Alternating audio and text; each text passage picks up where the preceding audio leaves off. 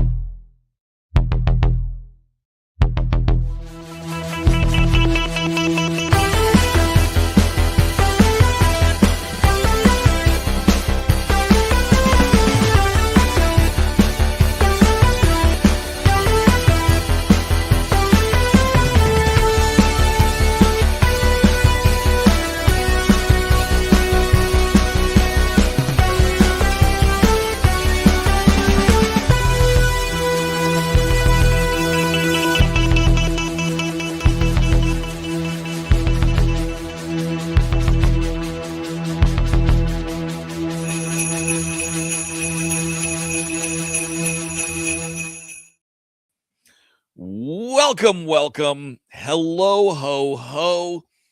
It's time for the legend of the Traveling TARDIS. Woo!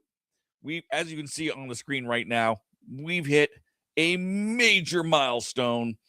We've got 100,000 subscribers. Thank you all so much for being here and being part of the legend. Oh my goodness. So we decided we're going to celebrate by having one more episode. We were going to take this week off, but since we hit this milestone, we figured we'd come in, do a quick year in review. Let's just bring everybody in. Candyman, how you doing?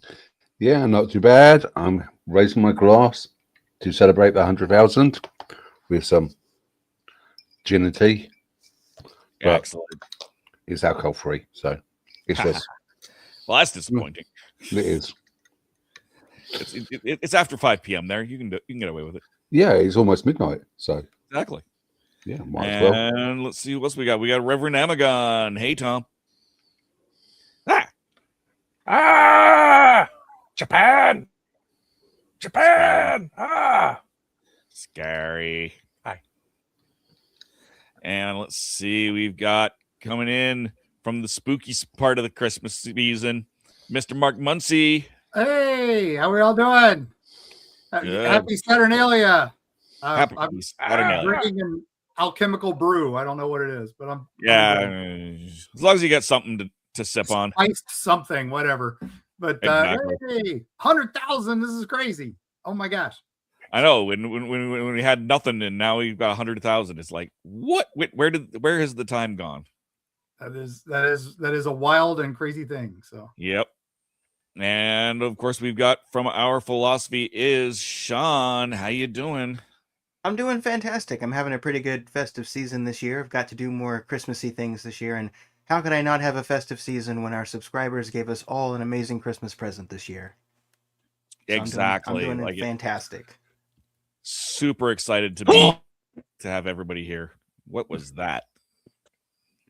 I sneezed. Tom sneezed. All right. And of course, here is our producer, our showrunner, the reason for the season for today, Mr. Christian Basil. How you doing, sir? This is looking like hell right now. I am so sorry if it looks like rubbish or things are out of sync, but hopefully one of the reasons why I'm happy for Christmas to be departed is so that this room will empty out and I can actually have my studio back a little bit better. But that'd be nice. Yeah, there we go. Let me show everybody. Here we go. This is little boy Blue, and he has been traveling just like that. I got this from was it Hobby Lobby, and this came out of Hobby Lobby too. But I think it's funny. It's a bottle cap. It was the top to a container known as snowman poop. And I was like, I got to get this. I bought snowman poop just so I could have a lid to this thing. So there you go. And he's traveling right now for the next couple of days in this outfit to celebrate the holidays. Of course, we got the 25 days of hummus until December the 25th. We may take it a little further, but yeah, thank you so much. I think I was on what was it? I was on the previous podcast for Kitchen Killers and Billy Floyd, and I said, if I can find all 100,000 of you, I'm going to give you all a hug. That's my goal. But I think there's going to be more. So there you go.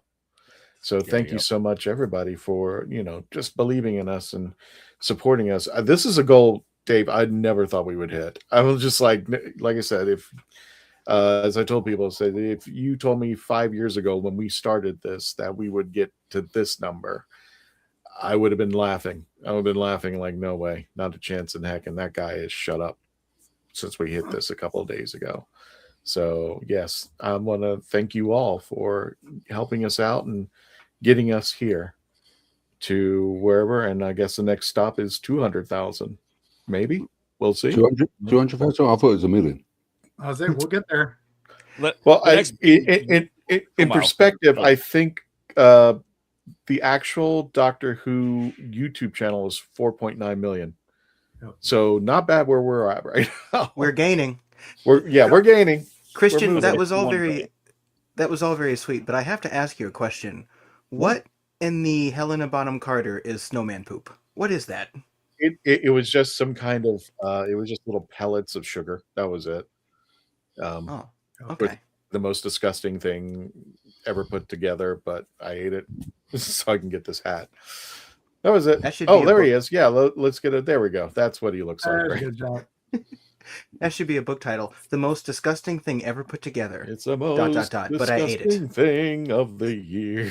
So, yeah.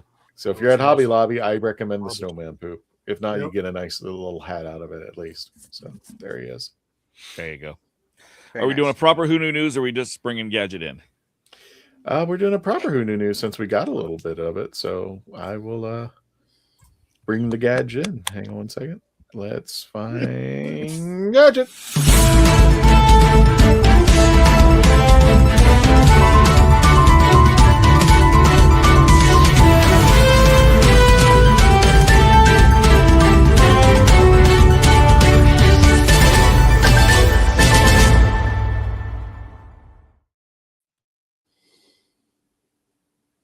Oh, You are on mute. And if Gadget can find the mute button.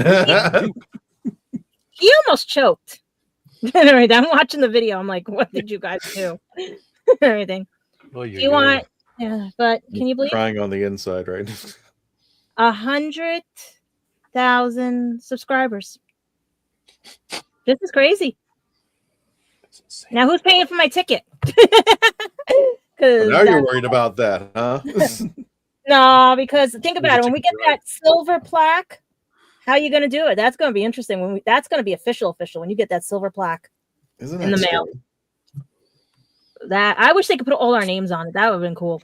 But I don't know how we're going to do this because do you guys want the birthdays, some sad stuff, or how do you want to go with the birthdays first? Because we have to wish somebody a very happy birthday right now and everything because it was yesterday. Yeah. And our own Dave Chapman had celebrated his birthday on Monday. Tom, do you have Ernie's picture up here? I couldn't see it. I'm sorry. Didn't I do it? I thought I did. Oh, there. Yeah, I found him. Sorry. Yeah. You have all the pictures, right? I'd like to think I do. So let's start with the birthdays then, since I mentioned it's Dave's birthday and everything yesterday. So happy birthday to Dave. Happy birthday to Dave. Thank you all. 18 at last. I can't believe it. Yep. Now you grew up. No, I thought he was 21, legal to drink. I'm a baby. He's 18 and a half. Canada, you can drink early. Oh, There we little go. Davey. Well, that's just his hat size. I was talking about. Ouch. Yeah, what are you like? Okay. What are you? How old are you, Dave? Like 50? Ouch. Ouch. Oh, gee. hey, I'm not there yet. What What's was wrong it like with 50? I know. I'll be there soon. Dude. I'll be there Years soon. it'll be fine. What was it like when they discovered electricity? What was it? It was a very shocking day. Oh, he went there. Oh. I bet you Open the bought door. the tickets. You bought the tickets to the Gettysburg Address concert for Abraham Lincoln, right? You saw that live. Hey. No, I skipped it. Nice. But yes, I'm 48 now. There you go. Okay, he is a baby. Happy 48, Dave. I feel like I'm 88. I know the feeling, Dave. Yep. Nah, but Who else we got there, Gadget? well, we have our own Ghostbuster in the house. We have 80-year-old Ernie Hudson, and he's going strong. He has been seen all over the city and everything because he hangs out with the other Ghostbusters. He was just at New York Comic Con and everything with Sigourney Weaver, Annie Potts, and he was doing pretty good and stuff. I just wish I could have got downstairs, but the person who's going to make the meetup for me disappeared, and I have to speak to him next year because he is one of the actual Ghostbusters and everything that around here they have that goes to charity events and hosts many other events and stuff for conventions and kids alike and everything. I think they're doing their Christmas roundabout now and everything for the kids with at with Ecto One and everything. But I don't know if he's going to be part of it or not. But I cannot believe he is like 80 years old. He does not look it. Now this is an old picture. I would say like 10 years ago when I got this picture from. If you saw him in person at Comic-Con, no, he does not look it. No, he wears like 80. that. He wears 80 very well. I mean, Mhm. like even today when I see pictures of him, I'm like, geez. And I hate to say it, but against all the three other well, I should say the two other Ghostbusters, he really aged well. He is fine wine. When he was my favorite bit of trivia about him was that he had to audition to be the voice of Winston in the Ghostbusters cartoon, but they didn't think he sounded Winston-y enough, so they replaced him with Arsenio Hall. Oh my god. Yeah, that was the funniest joke of ever. Yep. That reminds me when what was it? Charlie Chaplin auditioned for his best lookalike, and he came in third place or something like. Yep. Dolly Parton came in second at a Dolly Parton lookalike contest to a drag queen. Oh no! Well, I guess if you're going to lose yourself to somebody, I guess that's a. Yeah. Was Ernie Hudson in The Crow? I believe so.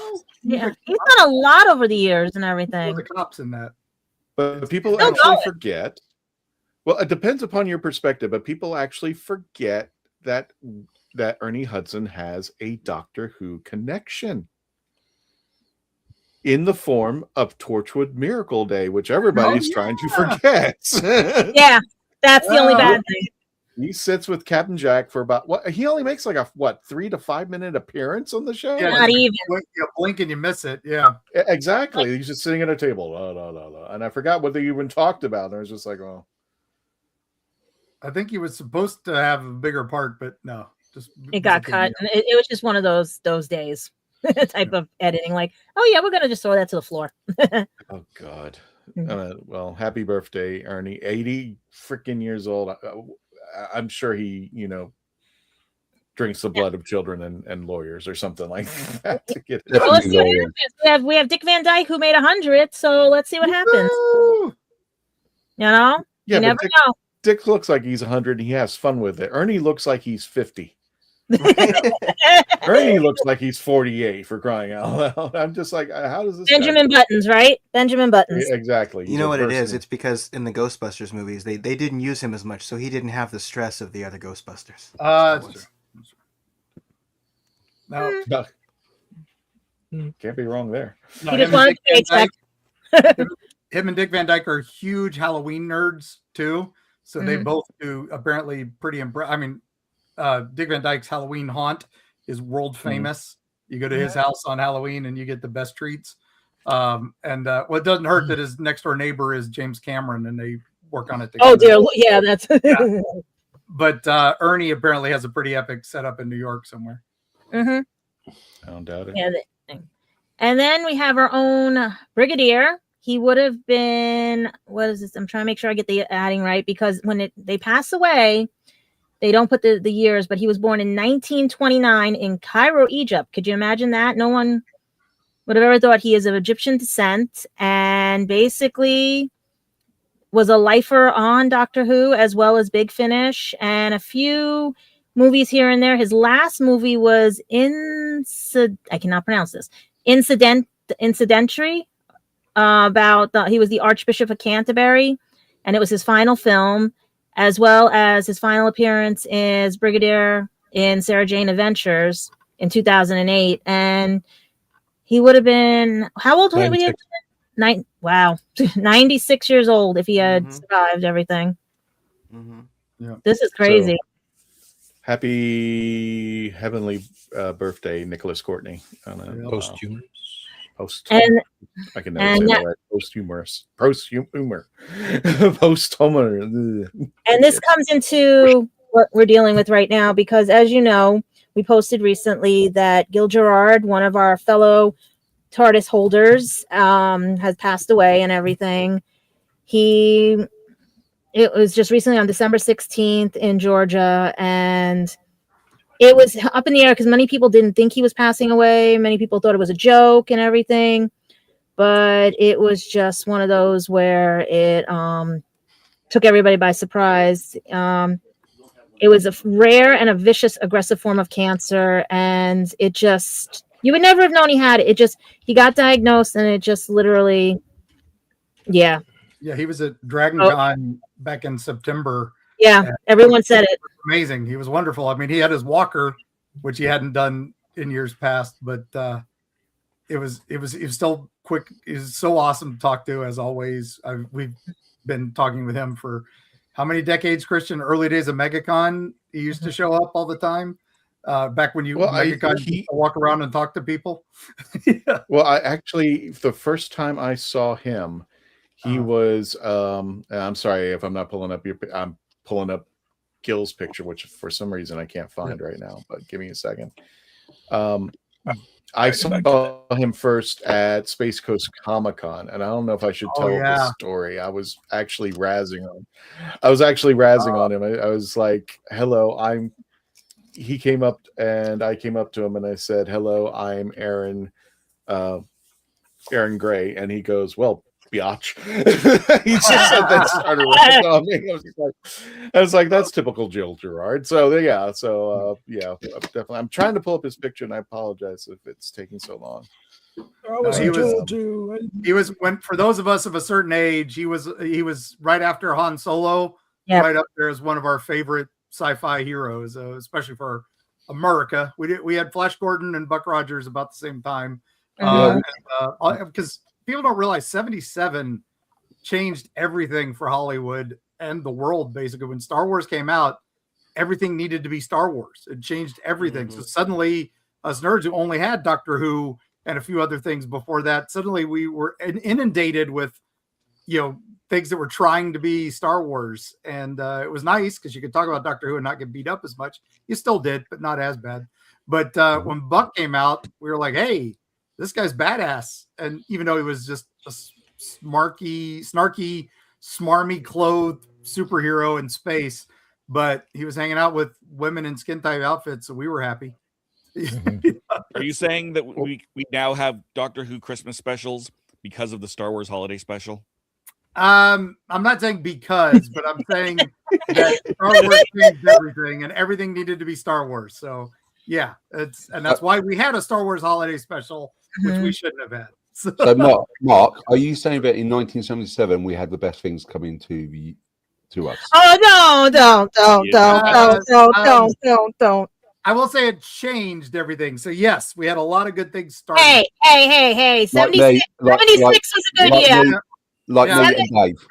Nah, 76 was a good year. 76 is a good year.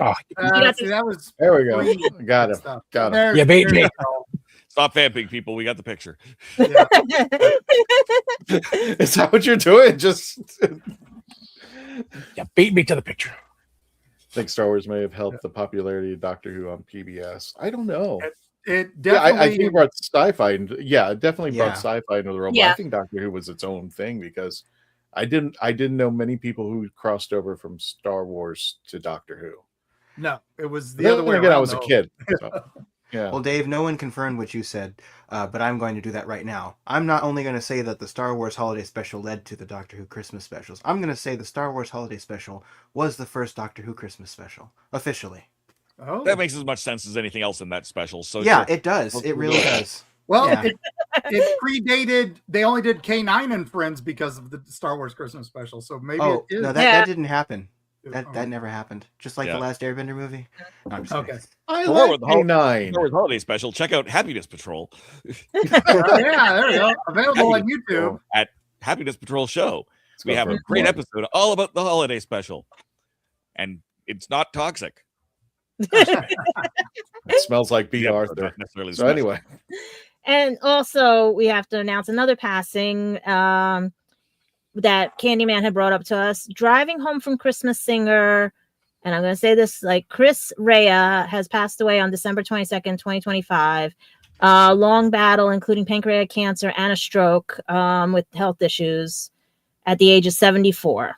And it's sad. We're losing a lot of people this year. I think 2025 wanted to go out with a bang. It just wanted to, because we even have another passing that hits home with Florida and everybody, that during the pandemic, if you discovered this gentleman as well as his other cohorts that he would team up with and everything, it was breaking news in Florida that Adam the Woo had passed away at the age of 51. And it was after a wellness check and everything. People were first sent to the house.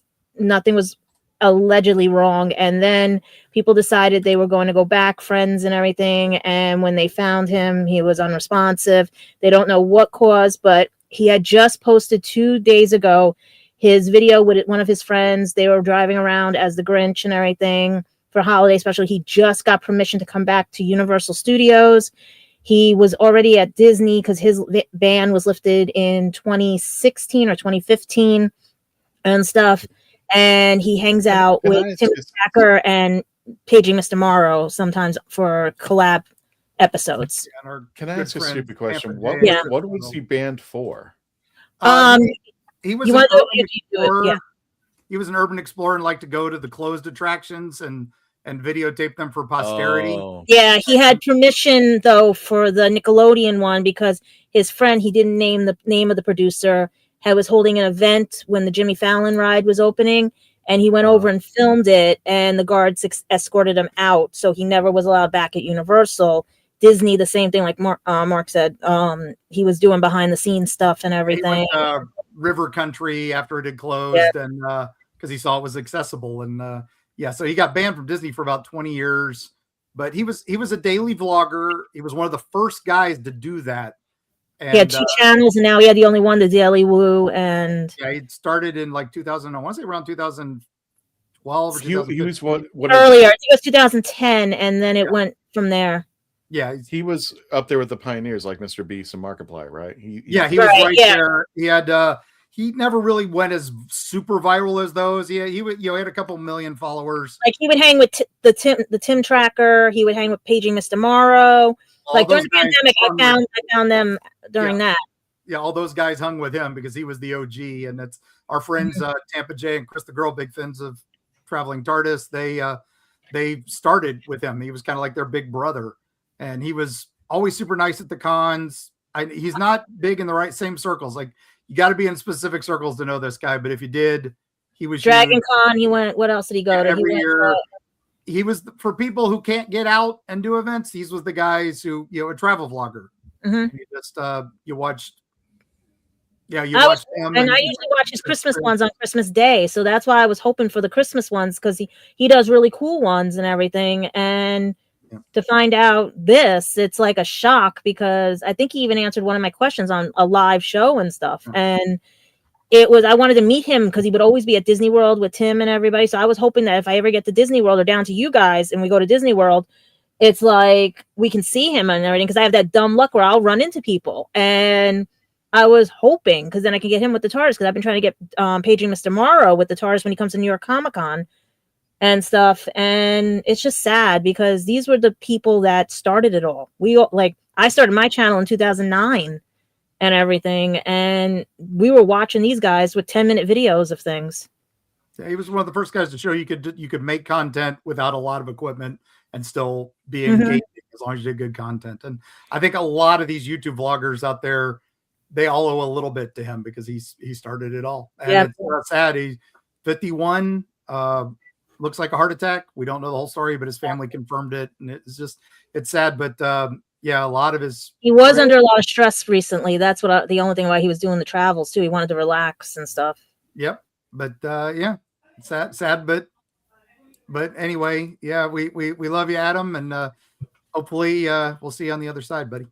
No, I feel bad because Sin City G, hi, I think this is your first time being on here, so hello. I until Candy Naaman mentioned him in our chat, I had no idea who this guy. It's kind of like meeting the cousin who was. Your cousin who's a super big celebrity that you, for whatever reason, never met him at the family reunion, but somebody tells you one day, hey, by the way, you've had this cousin. Alec Baldwin's your cousin. It's just like a lot my family, yeah. So I mean, it's when people started talking to me about him, I was just like, okay, who's this guy? And then I started looking him up, and it's just like, it's one of those things like, why have we never met? Why have I never seen this guy? Or why and I know with your travels, you would have ran into him or Tim. Like with your travels of Universal, everything, I would have thought you would have ran into Tim, him, Paige and Mr. Morrow, all of them, because they all hang out there. Well, Super Enthused and all them. Yeah, and they're all under their YouTube names. And Adam the Woo is not his given name. No, they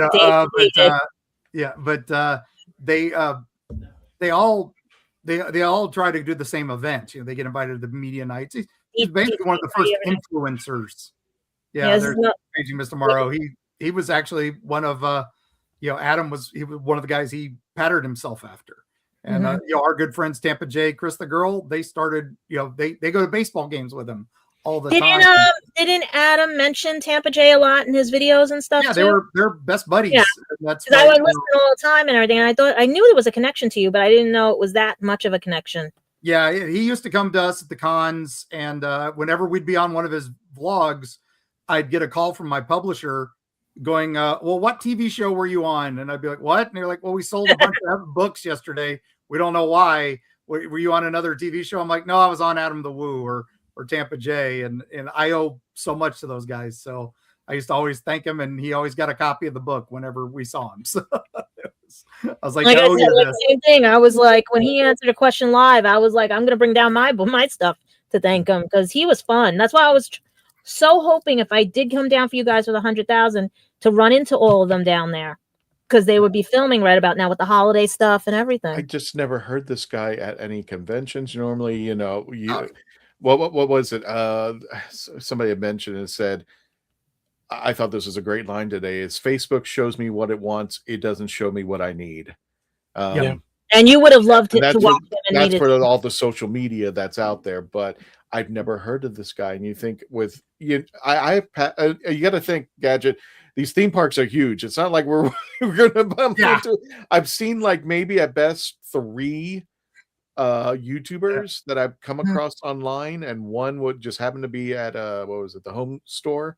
Well, the home store, but I'm like I've never heard of this guy, and I kind of feel bad. It's like I should know this guy. Like he's a fellow Floridian. He's in Celebration, Florida. He was just at Halloween Horror Nights too.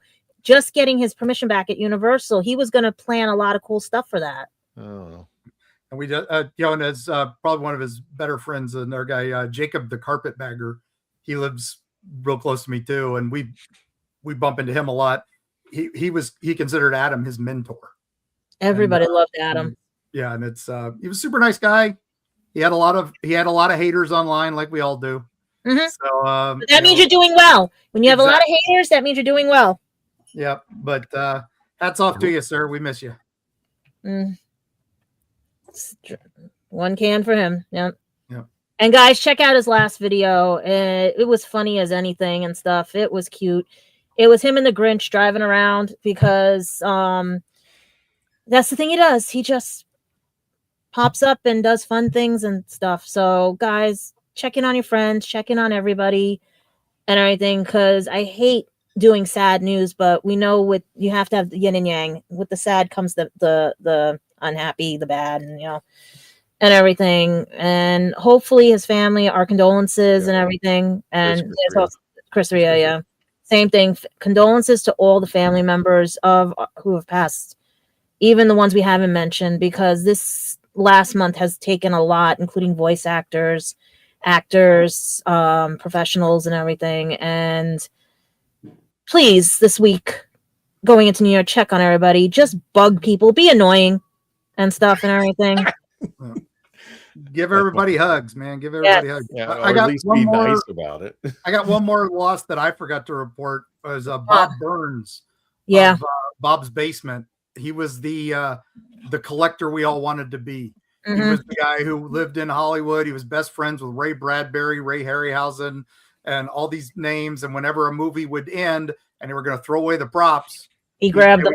Give it to Bob. Give it to Bob. He'll take it. And going to his house was like, and going into that famous Bob's Basement, every turn I was just like, oh my God, is that? And he'd be like, oh yeah, this was the War of the Worlds spaceship, and they were throwing it away. This is how I got. He give you a 20-minute. Some people go to him for props in their own movies because he had the prop and everything. When they wanted to rebuild a set, they would go, "Hey, Bob, do you have it?" "Oh yeah, of course." But he kept Star Trek props, Battlestar Galactica props, Star Wars props, Doctor Who. A lot of production studios here use them. New York, a lot of US Doctor Who stuff from the made-for-TV movie. So he had some of that. Yeah. So sad. Mark, your ghost is killing me right now because it's running around the house behind you. Oh, sorry, I'm sensitive to those things. It started on the doll. It went to the thing that's on your couch that's black, and then it went to the skeleton. Then it went back. That's why your camera went a little wonky. It does that. It does that. We've been hearing knockings in the walls. Now we're just hoping it's raccoons, but it might actually be the ghost. So who knows? Yeah. The ghost Christmas past. We're here for it. So I just have squirrels in my roof. They're very scary. Yeah, I'm glad it was just squirrels. It's only ever been squirrels in my roof. We had someone wrote into Eerie Travels that they were hearing voices and had strange things going on, and they were hearing it in their attic. And we sent in a paranormal team, and it just turns out that they had squirrels and a raccoon up in their attic. And it sounds demonic when you're not ready for them. So. Nope. Well, you know, usually when you have something like that, it's usually best to start with the assumption that it's probably something from our realm.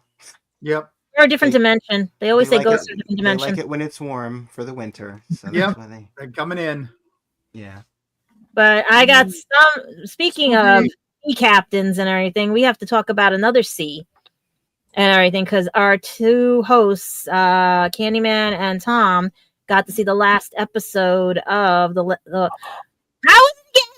war between the land and the sea and everything. And believe it or not, the ratings did drop. And that was sad. I don't know if it's because of the turmoil or because American audience haven't seen it yet and everything. But it started out strong with 2.8 million for the first episode, but ended on 1.79 million and received actually 85% Rotten Tomatoes, which is interesting and stuff. But I didn't get to see it because, like I said, I don't have access to that because technically Disney doesn't, or whoever I deal with hasn't dropped anything for me yet. So I had to rely on these two. And guys, was the last episode good? Yay, nay, or was it worth the one? I watched it afterwards.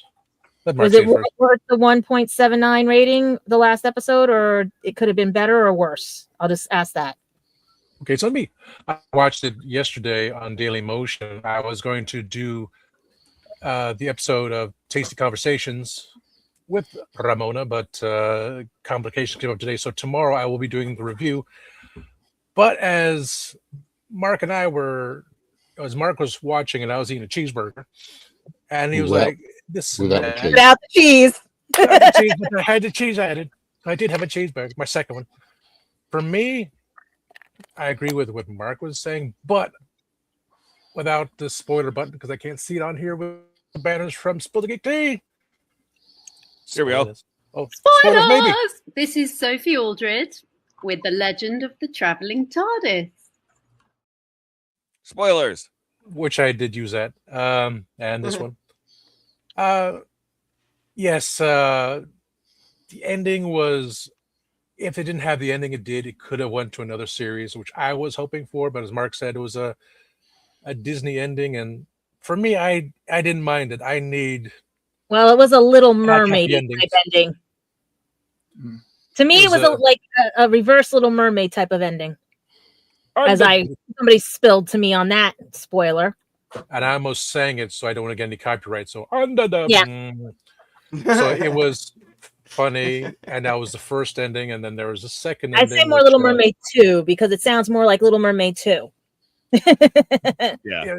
Interesting, but for a Torchwood, I mean, so for a more adult theme Doctor Who thing, like, it's brutal, as Mark says, political, and the happy ending thing, the stuff like, wait a minute, what's going on here? So Ramona will go into more details when we can probably do tomorrow. And the second ending, okay.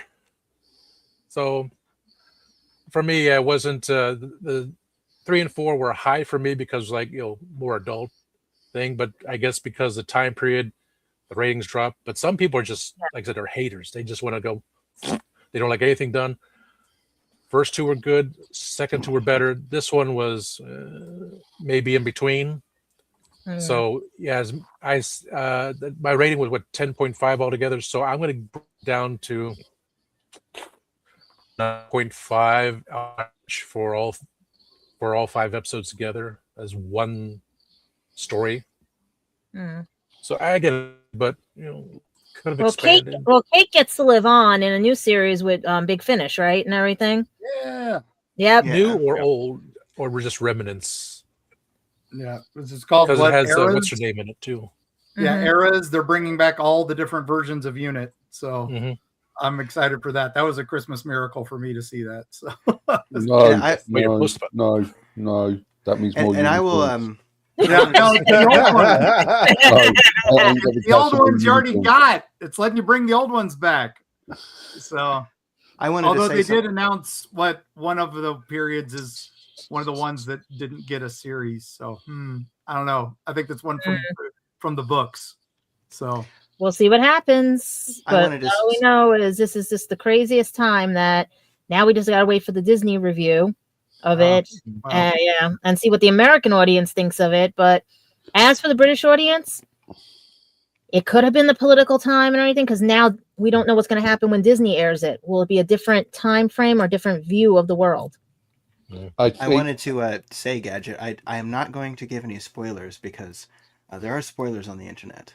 But after the war between the land and the sea ended, I can definitely say to everybody that the war between the land and the sea is definitely one of the TV shows ever made.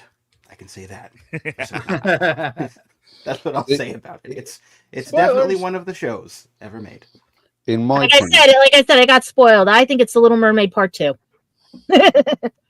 In my point of view, I think they should have done it at a normal 8 episodes. I think they rushed for the last episode. Episode 1 and 2 was very good. Episode 3 was very, very political until the last 10 minutes, which was amazing.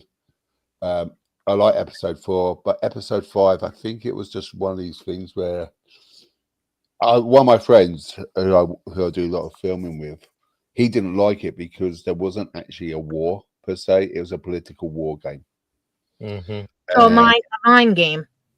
Yeah, it's like a mind game rather than thing. And what they did to it, without making any spoilers, I think they could have done it a little bit more better on how they did the ending and extended it a little bit, because you had so many different storylines which were just so it was psychological warfare.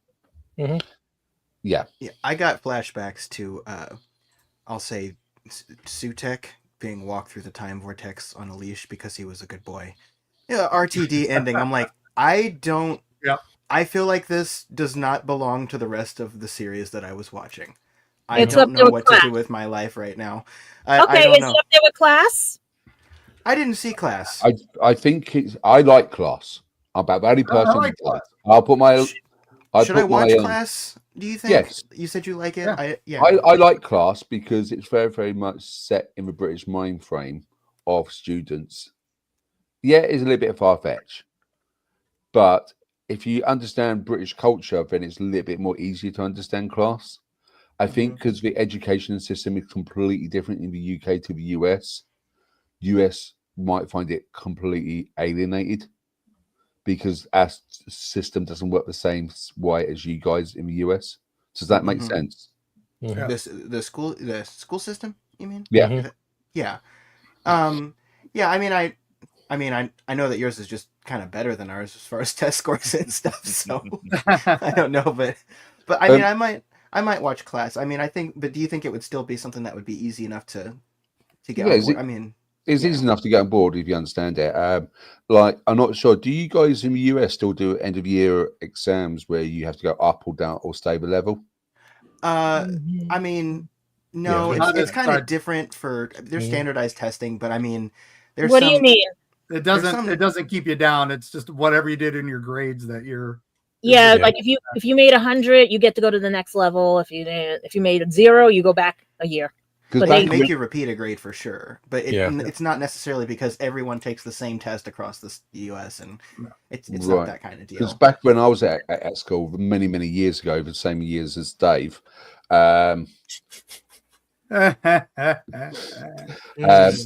we was unprepped. I wasn't when they discovered fire. And Mark was under the thing where we're still using chalk and slate.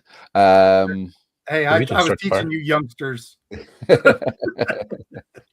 But what I'm saying, what I was under the impression was that if you didn't pass your like SATs or whatever it is, you stayed in the same year. Oh, you mean CTBS testing and all that stuff? I don't know. I don't know what it's called. It's Scantron testing or whatever. Those are standardized to see how intelligent you are. And the CT and the ST, those whatever those were for, like, so you can go to college. The ones where you had to do the math. No, I'm not talking about those. I'm just talking about the end of year, whether or not you can go up a year. We didn't have those. We have something like that, but it's not exactly the same. Yeah. But in the UK, we don't have those. So literally, once you get to that age, you move up another year, and you just move up. Oh, okay. So you don't do the end of exam. You don't repeat a year unless you want to. Okay. Or if you, so you literally go through. So whatever your age is, you go up through the school level, the school years. You had to have with us, it had to be a 75 or higher to pass to the next grade. Anything below a 75 in the lower grades, but if you got into the departmental, you had to have 85 or higher to pass the departmental. I think if it's similar enough in class, I think I would understand it and probably follow this. From what I heard, people tend to like it. With the War Between the Land and the Sea, I don't know if you guys have ever started watching something, and at the beginning you're like, this is so great, I'm going to recommend it to everybody. And then you finish it, in the end you're like, oh, never mind. You know that show that I told you to watch? Yeah. Don't watch it. Every anime I've seen recently. So it was a little bit of that part, but that was why I'm staying out of the conversation. I would say this, Sean. I would watch Class. And lower your expectations to the bottom of, because I didn't like Class. I was not. The bar was low. The bar was already low. It was just like the only thing. And if you saw the trailer, I'm not spoiling it for you. The only thing good about Class was that Peter Capaldi was in the first episode. Well, Christian, I don't mean to be rude to absolutely anybody, but after the last 3 years of Doctor Who, lowering my expectations is not really that difficult, No, but just like Doctor Who, the War Between the Land and the Sea had good things in it. They were, but that's with RTD. That almost makes it worse, right? Like if he shows you something amazing and you're like, oh, and then you're like, oh, yeah, that was my fault. Never mind. Okay. well, did you know, Sean, Russell T Davies didn't write episode 3 or 4? No. I did not know that, but I thought 1 and 2 were the best ones. See, I think 3 and 4 were the best ones. I thought those were the best. I agree. And it's Russell T has this problem with writing endings. He's really good at setting up a 2-parter. And you're like, oh my God, how are they going to get out of this? And then he's like, magic, it's done. I'm gonna hold this conversation. Hang on, guys. I'm gonna hold this conversation because we are going to review The War Between the Land and the Sea next year, for a better term, next month, actually, whenever it lands on Disney Plus, and we'll have the team, and then you can just go crazy. will have seen it by then. Yeah. So Sorry, River Song is pointing a gun at all of us. No, Like, that's fine. spoilers. That's fine. But I will put this up. We do have, if you guys remember, we do have a poll. We do have certain polls running up on the shut up on the Traveling TARDIS YouTube channel. And did you watch The War Between the Land and the Sea? 22% said yes. 39% just didn't have access. Really? And an additional 39 says they were not interested. Ooh. I suspect that third one is also a lot of people that didn't have access and would not have watched it if they did. Daily Motion, for God's sakes, has been around forever and a day. But I was trying to balance out that middle part where it's like I couldn't watch it because I didn't have access. It's not necessarily they weren't watching it because they didn't like it or something. I think that 39% in the middle is I didn't have a chance to see it because I had no way of seeing it. So that's why I threw in that option. Yeah, Christian, can I ask you a question? You just did. Okay. Another question. Point. The next question is: you said you didn't like Class, but if you can compare Class to K9 Australia version, which one's better? To be fair, I haven't seen K9 in its entirety, but I would definitely go to K9. I think we had a review of this when Melanie was on of Class. I mean, we could always revisit later on to see how our opinions have changed. But one of the things that I will concede to when they were talking about Jodie Whittaker being the first female doctor, she was not my first choice. The woman who plays Quill was my first choice. She did an awesome job, and I think if I were to have an audition, I would actually put that scene where she talks about being war herself as demonstrating how powerful she can be had she been a doctor. And I said, well, I meant Class had ended, so I more or less assumed she was going to be in Class as a doctor. And I said she would have been great. I don't know if the writing and the show running would have helped her out at all, but at least we would have had a doctor that I would at least had appreciated had they didn't go with Jodie. So with me, I think K9. Let me get this correct. I love K9. Yeah, I love K9 and Company, aka a girl's best friend. I did not like the Australian K9. I heard about that, but if I had a choice, I'd watch neither. I just wouldn't turn on the TV. Yeah, I'm talking about the K9 and the Australian version. Yeah, they're right. I've seen it. Where he regenerates into a Sony eye dog. Yeah. No, just no. Yep. Which I'm thinking is funny that K9 needed an upgrade. He's from the 51st century, so how is he supposed to be getting an upgrade in the 20th century? Or the 21st century? So I'm like, go figure on that one. So anyway, we're getting back. Sorry, Dave, bring us back. Yeah, we have no more news. Why don't we, before we go through the rest of what we have done this year, why don't we do? I think you said you wanted to do a quick commercial break, Christian. We'll do a quick commercial break. Yeah.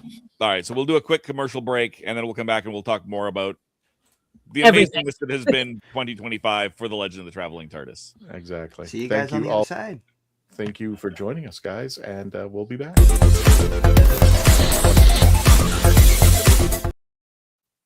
I didn't listen to that voicemail. I'll tear open that letter you sent. Don't you tell your friends I want you back. I gotta leave you now unread, because you've already said those words that switch my heart to dead from loving you. So you'll stay ghosted and I'll stay focused on sewing clothes. The spell stays unspoken, a dark silhouette of a mark man. I didn't listen to that voicemail or TikTok that story you sent. Don't you reel me in to get me back.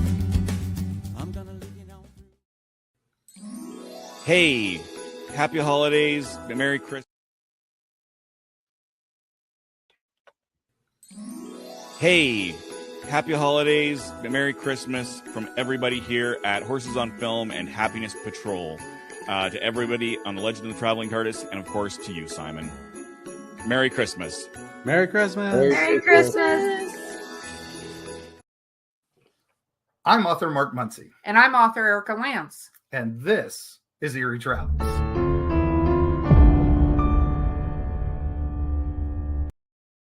Greetings, travelers. Join us as we travel through folklore, myths, monsters, legends, and dark history. Now, we'll be your guide to the spooky side of reality as we discuss cryptids, paranormal, and all things preternatural. Sometimes we find the truth is way scarier than fiction. We're on twice a week on your favorite podcast platforms, including iTunes, Spotify, Amazon, and YouTube. We have amazing guests from all of the areas of the strange and unusual, including witnesses, investigators, and more. Now, with Erica's curiosity and ridiculous array of pop culture and true crime knowledge. And Mark's decades of experience diving into folklore and the legends with the truth that's behind them. Yeah, so join us, travelers, as we take you to the edge of reality, and we'll see you on the other side.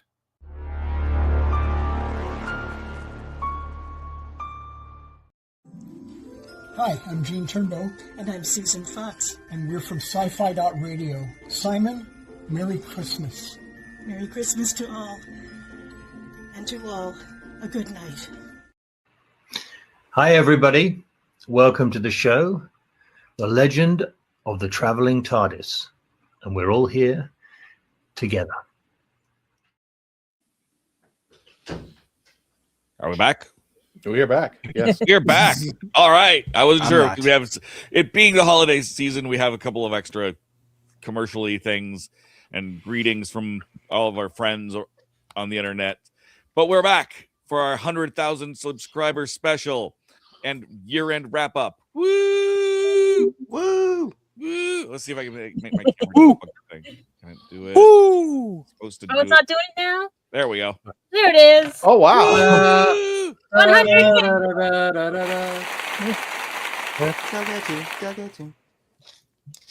I can do it manually. Like I've got a little button that does things too. I can go over here. I can go over here. Give me the thing. See, I can make a party go like this. Woo! Give him. We can't do the Dugadoo song. No, shut it. I will throw everybody off the show. I love how I started. I will 25. I will drop the F-bomb and I will. Wait. Are we in enough? Wait, we're at. No, we got 5 more minutes before you can drop that. I love how I started the Dugadoo thing and I didn't get blamed for it. Oh, no, I just outed myself. I picked up on that. And I had to go with it. I'm trying. There we go. Hooray.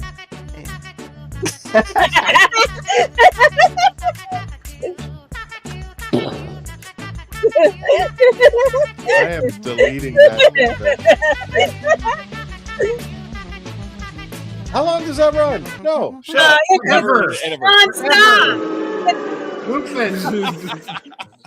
Hey, I didn't do it. Why you? That's how long. What are you blaming me for? I didn't do it. I'm deleting that thing. I am banning it. I didn't do it. So that's what's going to get us to 200,000, Christian. Come on. Exactly. Or we lost 100,000. I almost wore my Lemillion shirt so we can get 1 million subscribers. Well, we do a 12-hour loop of that, and you will get so many play hours, man. I tell you. I will lose all 100,000 people. Okay.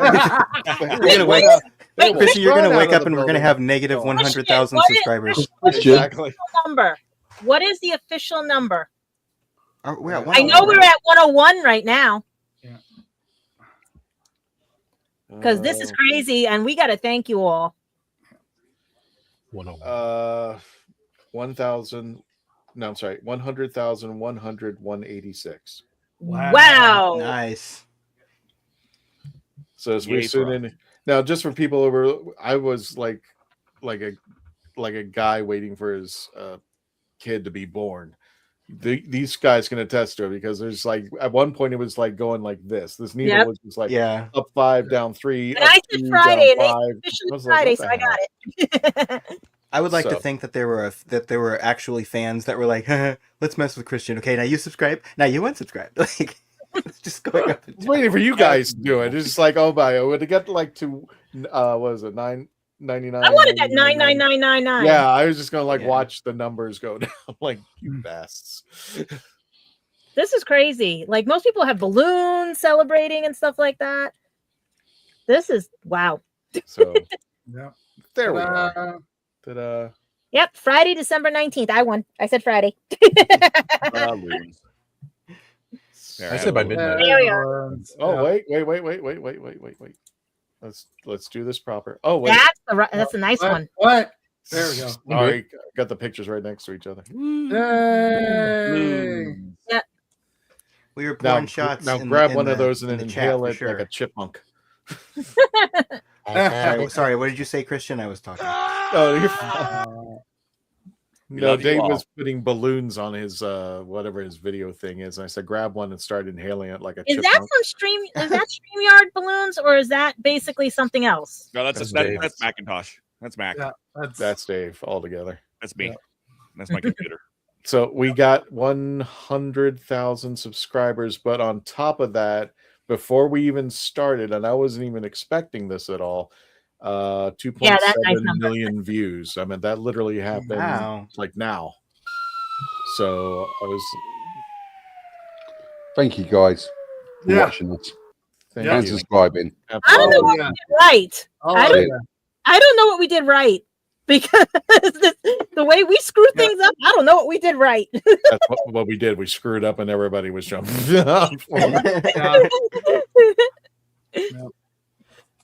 I mean, like what they say, everybody wants to see a train wreck. Our train has still derailing at this time, so we're doing okay. Was it at a MegaCon many years ago at that one Doctor Who booth that you and I were discussing just all things Doctor Who and Red Dwarf, I think at the time. And I think that was when you said you were doing the show. I think that was when I first heard about this. God, it's like one big jumbled memory right now. I don't even remember. Well, I know the only booth that had like, it was the only booth that had like any Doctor Who and any Big Finish, and we were both like scrambling to see what we could steal. I think so. Feeling bad, okay. Now we gotta make keychains, T-shirts. Oh boy, we got our work ahead of us.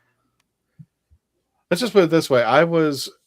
When we started 5 years ago, by the way, somebody was asking me how many episodes we have, and it's like the Doctor's age. I lost count.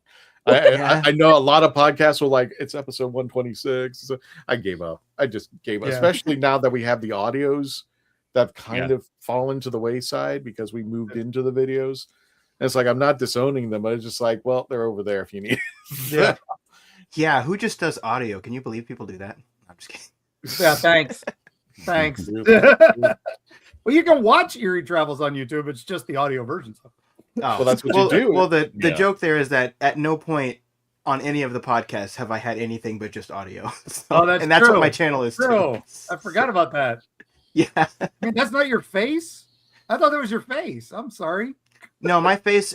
My face is usually just a white dot in a void. But when I met you, isn't that what it was? Yeah, that's exactly what it is. But before that, it looked like the Dugadoos before that, and then I changed it. It's a perception. No one say Dugadoos. What? I am deleting. If I hear that again, I'm deleting it. I will just straight up delete it. It's the. Kristen, I love you, and you love me, and it will be played on New Year's Eve. Do you think that's? Do you guys think that's actually the Doctor's name? That's the question that must never be answered. It's Dugadoo. What's your name? Dugadoo. I think the next poll, Christian, should be: do you want to do a 12-hour play of Dugadoo and put it to the audience test? Oh yeah, there we go. Oh yeah. Dude, we just have the TARDIS on the screen with flashing lights like a disco ball. That's our U-log. That's our U-log. Yeah, 12-hour loop. I'm telling you. That's our U-log. I am so done with this episode right now. We just go ahead and take a break. Yep. So we can call it whenever you like, Christian. Yeah. I know. I know you have to go in a few minutes. We all here, do. Oh no, we're fine. I mean, Happy holidays. This was just a short thank you to everybody. You know, we wanted to do this video because when's the next time you'll ever hit 100,000 subscribers like this again? Let alone I don't know how many people get here. And just remember, whoever, you know, if you guys were here from the very beginning, it was a gentleman by the name of Garrett Pomacher from the Hanging with Webb show who kicked my butt and said, you need to start your own podcast. And I was like, yeah, it's not going to do it. And I was like, I was one that I never really like wanted to do my own. I always like to be the guy, you know, just like part of the team. I didn't want to lead the team. But if you're hearing background noise, that would be somebody who shouldn't be in the studio right now who dropped something as they opened the door. She's randomly saying, I'm sorry multiple times. I'm just waiting for her to close the door. Well, thanks for the 100,000. She was number 100,000, right? That's right? Yeah.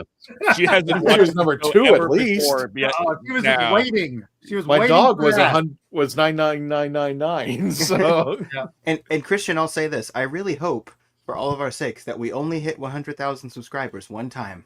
I hope we don't do it again, because you said how many times does that happen? I'm like, hopefully only once. That's the horrible thing about being on YouTube. You know, one day you will, you know, do something or something happens. And I just want to also, I want to make this announcement too. I'm not sure if anybody's aware, but we haven't really like said that we were doing this, and I was using them for a platform just in case YouTube went crazy. And most recently YouTube did. They actually deleted, I'm not joking, 12 million YouTube accounts. 12 million. Wow. And some of them got demonetized, some of them were removed completely. These were just things that YouTube decided to wake up one morning saying, yep, you're not here anymore. So for our friends who are over there, we are expanded out to, we've been expanding out over there recently, but now that we're able to live stream, we've included Rumble in our StreamYard case because just in case YouTube goes nutty. And I don't see a reason why we would be under the gun on that. But you like you guys, like Mark, you've heard so many bad things that have happened. Oh man, yeah. And if nothing else, it's just nice having a backup. Exactly. On all these things. And I mean, I think about this when we were getting started, MySpace was still a thing. So, you know, you always want to make sure you have that. I can't get any of my MySpace stuff back. That's gone. That's like, You always want to, you know, I think LiveJournal was the blogging software at one point back then. So, you know, you keep your options open, you evolve. Legends of Traveling TARDIS isn't going anywhere. That's just it. It's traveling. So yeah, that's Theory Travels. We do a website. It's like just follow us there, and we'll figure out. You can figure us out from there. And that's this. Well, I mean, even follow you where you need to. Well, our second biggest audience is Facebook on the Facebook, and Facebook. I haven't been paying attention to, and I should. Facebook has been deleting our live feed. Yeah. Wait. Oh yeah, they did do that. Yeah. They deleted our episodes from our live feed. I've been checking the settings, and your settings are fine. It's they're just archiving. Yeah. All of them. They're doing that to everybody. Are they archiving or are they deleting? Well, they're deleting it. They're getting rid of it. If you don't download it, it's gone. Yeah. You can link it to a Dropbox and have it like you can every so often you can save your past uploads if you want to do that. Oh, it's easy. I could just go to the YouTube studio, download the episode, and just re-upload it over there, or I could StreamYard it. I just put it in as not a live episode. I don't know why Facebook's going that route, but here we are. Yeah, it's only on live videos, Christian. So if you do a live video, it gets deleted after 30 days. Well, look what they did to Instagram. You have to be 1,000 followers to get live, and then the archive, same thing. 30 days you have, and then you got to delete them down, otherwise they're gone. Yeah, I was doing Facebook live like music sometimes, and I lost a lot of that. But I mean, specifically, there's a lot of ways to save your videos, but specifically on Facebook, there is an option to link your Dropbox. Well, we use StreamYard, and we tried to add Instagram. And the thing is, it's kind of like Rumble now. You have to actually set up a studio in Rumble, which it's easier, even though you have to go in. You have to go in the Rumble. You have to actually do this. Here's the procedure for Rumble. You have to set up the studio within 24 hours of it going live. So if it goes live, like it goes live at 6 o'clock at night, we have to set up the studio the prior day, at least the latest is 6 p.m. prior to. So you have 6 p.m. and 6 p.m. between the two. I can't go any further. I mean, you can't do it any earlier. You have to do it the day before, which is really weird. And then once you set it up, you have to go back into StreamYard and then hook up the two. I don't know why, but if you do it on Instagram, it's very similar to that. Plus, you got to go on Instagram, back on Instagram, and then hit the live button. The live button, and you have to stay on. And you have to stay on Instagram. So I'm just like, okay, my computer is. Yeah, we could teach college courses on how not to lose your videos. It's so complicated. That's the first thing of 2025 for Reflections. Facebook axing a lot of our videos, but I mean, well, there are lots of positive things, but that's one thing that happened this year, I suppose. Yeah. Talking about reflecting, Christian, how you reflect from the day one of doing this show to now.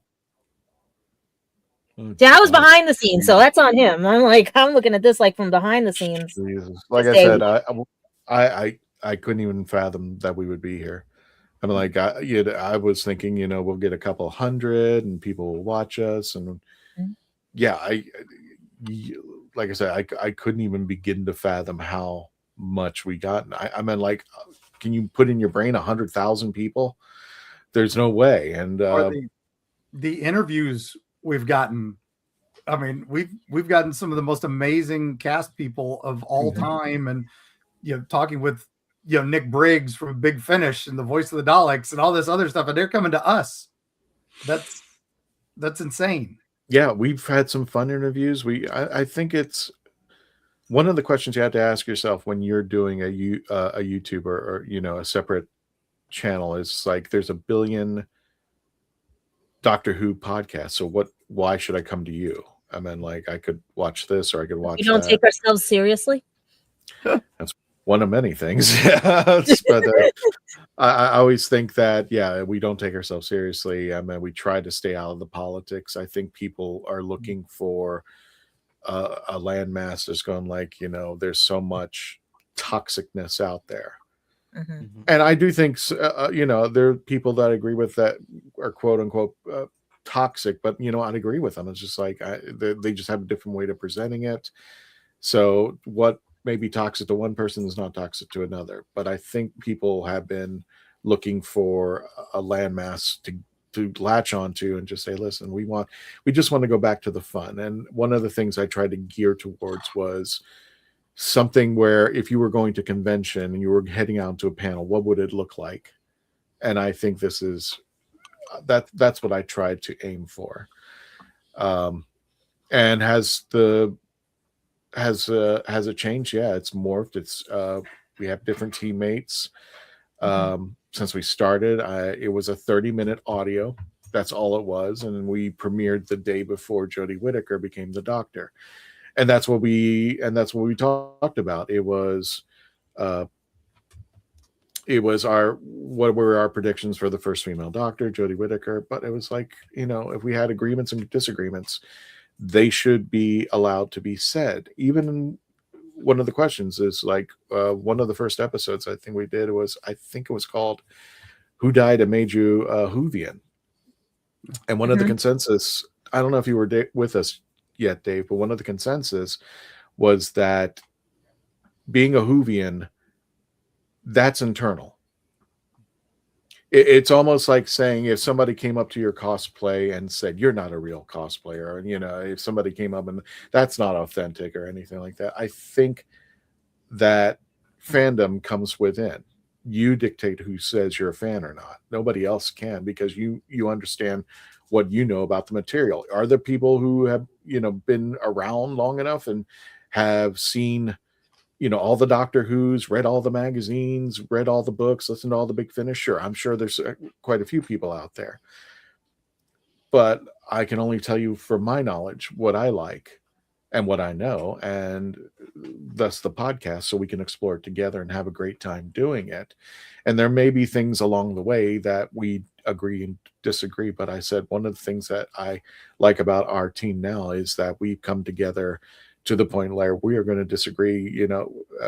Like Candyman will rate an episode 1, I rate it 10, and or vice versa. Mm-hmm. And we get together and we talk about that. I come across conventions where, some people don't like Jodie Whittaker, or didn't like the idea of Jodie Whittaker or a female doctor. They're women, and they're afraid to go online and say, hey, I'm just not too hip on a female doctor. And it's like, well, that's all their grievance is. They're not these mean or distraught people, or they don't deserve the name called. If they don't like it, they don't like it.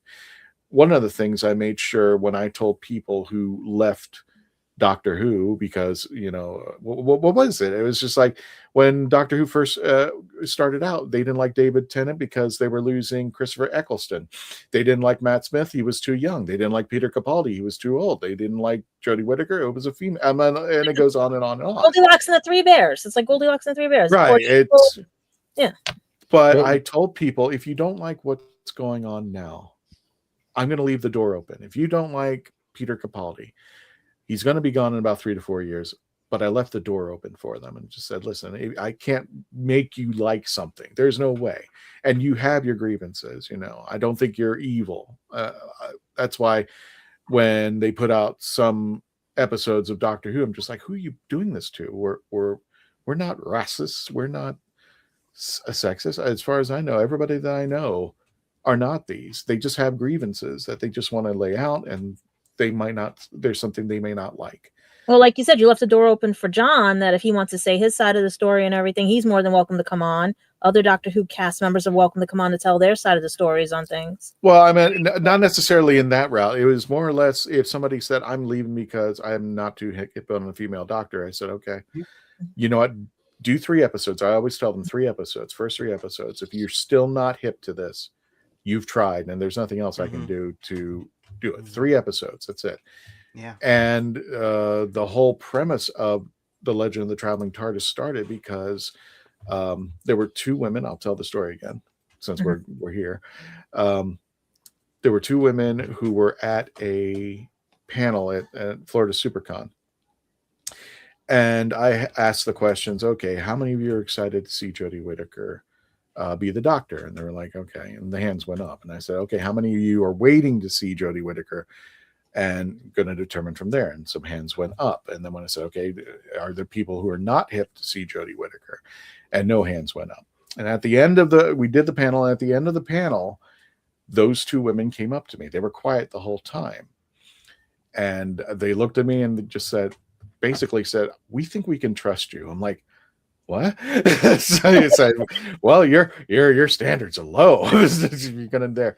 But they had let me know and go, you asked us the question if we weren't hip about Jodie Whittaker being the doctor, and we wouldn't put our hands up, not because they didn't want answers, because they were afraid about what other people would think. And that just drove me nuts. It's like, you don't have to appreciate what somebody thinks. I think the conviction is, when it comes to the geekdom, is not to kick people out who don't like what's going on. It's to convince them why they should like it and bring them back into the geekdom. And then if they leave, just let them know, hey, the door is open. I mean, like, it's not like the series has stopped. It pauses, it's put on hold, it revamps itself. But I think not only the Doctor Who, as Whovians, I think it should be all of us together appreciating other people coming into our Whoniverse for their first time, for their, how many episodes they've seen, and they should be welcomed with open arms. But sorry, Sean. I was going to say, we had the same issue with Classic Who. Amount of times where people didn't like Patrick Troughton after or even, believe it or not, Tom Baker. He got a lot of hated after John Pertwee. And it's one of the things in nature about Doctor Who.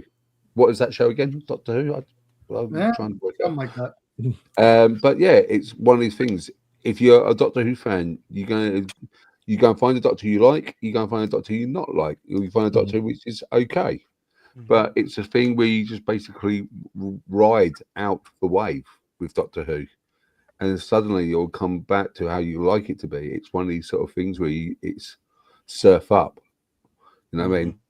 And I'm just graving. I experienced, as many of you guys here, the wilderness years when we didn't get anything of Doctor Who, and everyone was desperate to watch Doctor Who, even if it was fan based. People wanted Doctor Who, and that's the thing, isn't it? Is when you don't have it, you appreciate it more. Yeah, I think it's funny that I look like a balance ball here. Wait, no, let me put it back up. Now, there we go. I look like the balance ball. Christian, is that a wiggle? That's yes. Can I share something about? I mean, I think I'm the most recent person on this, but just you said something about your philosophy for starting the show. Can I share something about my first experience being on the show that I think kind of you could back that up a little bit? Sure, go ahead. Yeah. So I came on for the first time, and I think because you were interviewing me about the ratings, right, Dave? Right.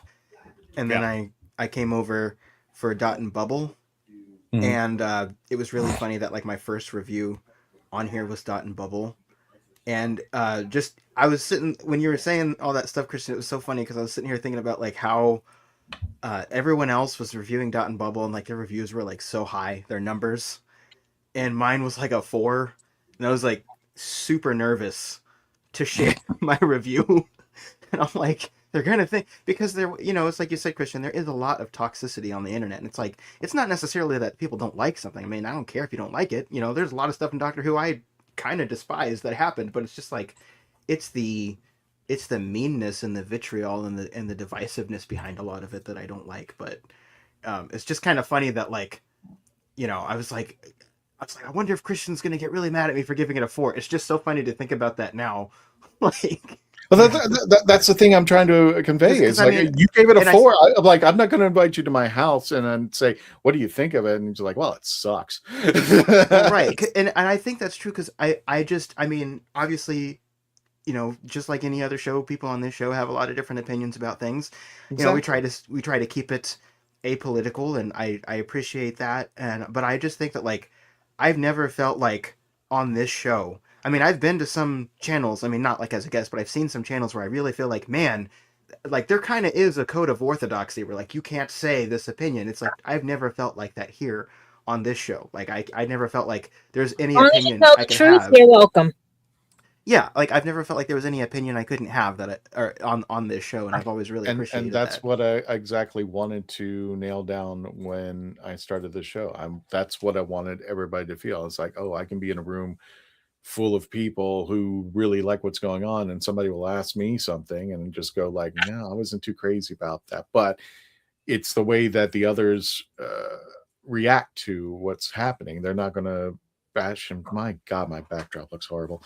They're not going to bash anybody. It's just like, oh, tell me what you didn't like, what was going on. And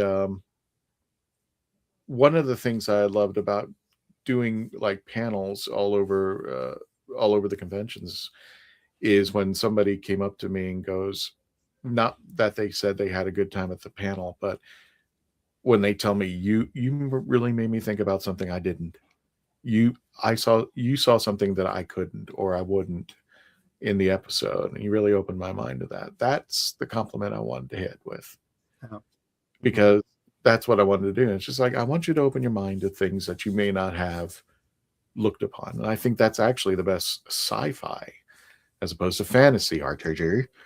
I think that it opens your mind to things you would not think of. Just like that last line in Star Trek, the final line in The Next Generation, where Q's telling Picard, I wanted you to open your mind. It's not about exploration. It's not about space. It's about opening your mind to things and possibilities that you never thought about. And I think that's what sci-fi does when it's hitting on all 4 cylinders. And the story is great, and the director is awesome, and the showrunner is competent, and the actors are doing their best when it hits with Doctor Who, because we've seen it between in my opinion, Eccleston to Capaldi. Is every show out of the park? No. But I think there is that linear line that people will talk about episodes like Vincent and the Doctor or Blink or Dalek from years on, even when we go over to the 18th, 19th, 20th Doctor, that these are still episodes that people will reflect on. And it's the same thing when it goes to Classic Who. I mean, like Genesis of the Daleks, The Talons of Wang Chiang, the Seeds in Space, all these episodes, The Ark in Space, all these episodes, people are still talking about to this day that make the change. Yeah. God, I hate my hat too. Do you think in the I just say future, what my hair's doing. Sorry. Mine is Jack and Sally. do you think in the future, because of the sort of when we have more of a separation from, I mean, and there was a lot of toxicity in the Jodie Whittaker era, just in the fandom. I mean, because that's the same time you started seeing a lot of toxicity in the Star Wars fandom too. But do you think there's going to be a sort of a renaissance around Jodie Whittaker where people are going to go, well, now that Shooty's era is over and we're looking back 2 eras ago at Jodie, like, that was actually pretty good. Like, I'm not delegitimizing. Yeah, I think so too, Dave. I think we're already we saw the same thing happen with Colin Baker. Yeah, exactly. Yeah, we've seen this before. It's not, like I said, this is, I don't think, again, politics, I don't think get into it. I think it's just some people prefer the writing of some seasons and some people prefer the directing of some seasons. And sometimes it's not there where we want it. And other people, though, that's where they want. I mean, look at the people who love the prequels in Star Wars.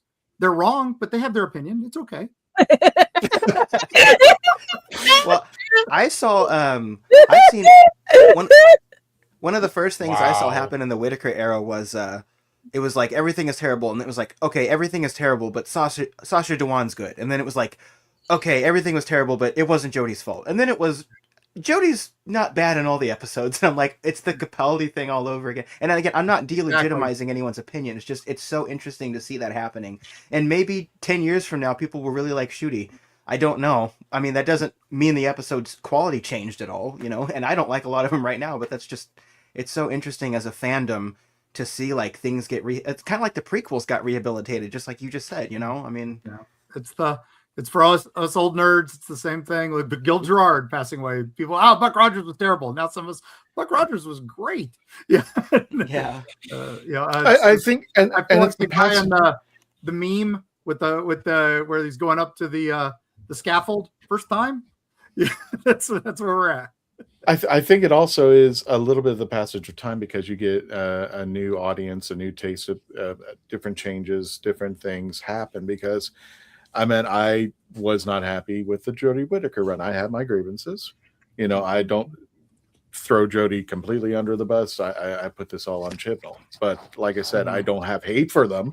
I just like, okay, I don't think she'd come back and do this. Just move on. And I think it's always that adage like, well, it can't get any worse than this. Right. And then it was just like when they saw the D+ episodes, and they're like, oh, yeah, it can. So it's kind of coming back. And is there a renaissance, as Dave put it? I think there is, because when I went to MegaCon, it could have been influenced at Jodie Whittaker and the girl who plays Yaz. I can't think of her name off the top of my head. Mandip Gill, I think. Mandip right? Gill, thank you. Mandip Gill, yeah.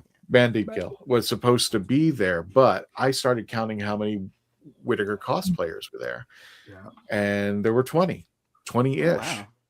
And that's a hell of a lot of cosplayers I've seen cosplay. Now, of course, it was influenced because Jodie was there. So I'm sure of that, but I'm just like, they could have dressed up as anybody, and they decided Jodie, because not only was Jodie supposed to be there, she didn't show up, unfortunately. Mandip was there, Billy was there, and there were a lot of Billy Pipers. I mean, like Donna was there. There were a few Donnas, not many, but there were a few. But that was 20 girls that, you know, questionably they found their gateway drug into Doctor Who. Do I agree with it? I don't know. You know, I was always skeptical about, okay, do we really need to go this route? I mean, and if I was always wanted to say, if we're going to go this route, can we have a good story about it? Not that, you know, it just happens. And happens over time? Is there a story behind this? Because we've always had Time Lords and Time Ladies. And at the one point, if I'm not mistaken, Mark, Time Ladies had an advantage over the Time Lords because they could change their appearance when they were regenerating, thus Ramana. Yeah, that was the whole. I think they stole that for the Tenant, where his arm got cut and he was still regenerating, and all that was. They were saying, "Oh, it's that first day of regeneration. You can do it as much as you want." So exactly, but again, that's playing with the Time Lords. Playing with the canon, you can do that. We have no problem with that. It's when you rewrite the whole thing we kind of have some issues. Exactly, and that's for another freaking episode. So, yeah, I Well, love Janet. They say, hold my script. Exactly. With the Time Ladies, I think that Michelle Gomez walked so that Jodie Whittaker could wave the Sonic all around in different. I want her to have her own show. She should have had a spin-off. The Big Finish ones are great. Her Big Finishes are some of my favorites. No, she needed her own show. They didn't need to do whatever they did. They just needed her own show. I love how there was like 3 seconds of a lot of the fandom not accepting like Missy, and then like by season 9 they were like, we love Michelle Gomez. Like, I love how brief that turnover was. It was really great. And that's what we hope will happen with some of this, but it takes longer on others. What was it? There's that line from the Undiscovered Country, the Star Trek 6 episode at the very end, and it was like Kirk said it best to the Klingon ambassador: people can be very frightened of change. Yeah, and for people to do change, they want a rational reason. Okay, if you're going to come in here and clean house or revamp it, if you're going to change our favorite Chinese restaurant to an Italian restaurant, is there a good reason why? And are you going to sell me that, this should be an Italian restaurant as opposed to a Chinese restaurant? Always has, always will be. Then you go into somebody, and especially you have to realize this is an old IP. This has been 60 years now? You're not just cleaning house, you're rebuilding the wheel. So, I mean, how many of us are going to see the 100th? I'm going to live forever. So you're going to regenerate. I'm going to see David Tennant the play the 50th Doctor. So there you go. Okay, Highlander. He always turns up. He always turns up. Just like a bad penny. Well, gang, I've got to run for Christmas. So happy Merry Saturnalia. Happy 100,000. Oh my gosh, that's insane, Christian. Hey, if you run for Christmas, I will definitely vote for you. Okay, good. I got the jacket. I'm ready. So, all right. Bye, all. Happy holidays. I got holidays. Thank you very much. See ya. Everybody, check him out over at Eerie Travels over on the YouTube channel. Yeah, we'll see you on Thursday. We're doing a Boxing Day special for you, Mark. Cool. Boxing Day listener tales. We're getting it. We got a bunch of people sent us so many crazy encounter stories, and we're reading a bunch of them for Christmas. So there you go. Boxing Day is awesome. Yeah, we love it. So, and see you on the other side. See you on the other side. See ya. So here's a question, Candyman. Orthodox Christmas is January 7th. Is there an Orthodox Boxing Day? Not I know of, but there is a free. We should just make it happen. Yeah, well, you got the Orthodox one, but you also got the Spanish Three Kings, which is the day before, which is the 6th of January. Well, so when I was living out, that's La Befana Day too. So when I was living out of Spain, my English friends, which have a half Spanish parenthood, would celebrate one Christmas on Christmas Day with the English parent, and then a second Christmas on Three Kings Day, which is really good because we got twice the presents. Yeah, exactly. Nice. Well, if Orthodox Christmas is on January 7th, then wouldn't Orthodox Boxing Day have to be on January 8th? Yep. It's just the We'll just say it exists. And then you have mine, which you get 13 nights of presents. Oh, can I do that one? Well, that's where the song "The 12 Days of Christmas" comes from. Mm-hmm. I never remember those days. Celtics so bad. and the But that's for another show. Mm-hmm. Yeah. Because we could go off on tangent on that one, on those sort of stuff. I think Dave, we should do a 6-hour episode where we're just talking. That's just keep rambling around. Look, that can be our January 6th. When we come back for Happy New Year's, we're just yapping. Hey, until we chat. figure out if the land and the sea are going to be having their swaying time. I think I still hold the record for the longest Legend of the Traveling TARDIS show. Chat, real quick. Let us know for real if you would actually listen to a 6-hour show, because sometimes people do like a really long podcast, like the whole Joe Rogan angle, and people are like, I'll listen to that. Like, people actually do that. Let us know how long. Actually, let us know if you'd listen to 6 hours, and let us know how long you would actually let us go before you would like unsubscribe. I did a 5-hour show and I still had people listening. Yeah, Sean, I don't know if you ever heard of this on YouTube. There was a guy who accidentally hit the record button or left the record button on the live button, and he went to sleep. He literally went to sleep. It was just a camera on him sleeping. And he had subscribers. His subscriber numbers kept going. All it was him sleeping. He left. That's what we should have camera. done, Christian. That's what we should have done to get to 100K. We just should have filmed you sleeping. Anybody's going to watch me sleeping. Yeah, you put the TARDIS with Dugadoo and on a loop, and that's our U-log. Well, it is Christmas time. Santa watches you sleep, Christian. And that's the end of our 100,000 subscribers. It'll run out. So yeah, I think I got with that opening of English Candy on the show. I think it went for 4.5 hours. I think you popped in about 5 times, Christian, on that night show. You still going? Yep. I remember that one. Mm-hmm. Oh God! But the highest rated show is Mark hosting. Was it? Yeah, the first episode 1 and 2 of the Watch Party. We had 71,000 viewers. What are we at now? I think we're at. Let's see. What are we at now? You would, Dan. You would. I'm looking. So I produced, Mark hosted. That's the highest number of people watching. The watch and a watch party, for God's sakes, for the war between the land and the sea. Gadget that was magical for the channel. Just for Gadget, 101,192. So I'm 196. So yeah, we're at the doorstep. We're growing. Hey, 10 more subs. Good. We're good. There's 10 more subs during the special then, right? Because I think we were 86 before. And Dave's our prediction episode got us 46K or 5.3K, depending on what you're watching on. But their episodes, 73K views for the first one and 3.9 views, depending on if it's the phone version or that, for the first episode of their watch party. Yeah, Tom, did you keep your pants on the whole time? What were people watching? It was me with glasses and a funny hat. There you go. Copied Dave's idea. They're watching Candy Crush Soda Suck. I would expect the last one to be much because I had a burger, then I had a cheeseburger, and I'm eating the thing you want this views, people? Well, right now the views are climbing because we have 200 views and 387 views, depending on which screen it is. Good grief. Okay. Well, yeah. Speaking of which, guys, let's wrap it up. You guys wrap it up. I know Dave's going to take over for me, but I want to again thank everybody who gave us a chance, whether you came in watching these long format videos, whether you came in watching the shorts or going into the posts, wherever you came from. Really? For everybody who just took the time, looked at us and said, you're worth a subscribe button hit and subscribe to us. We really appreciate that. And hopefully we're going to grow as we continue on.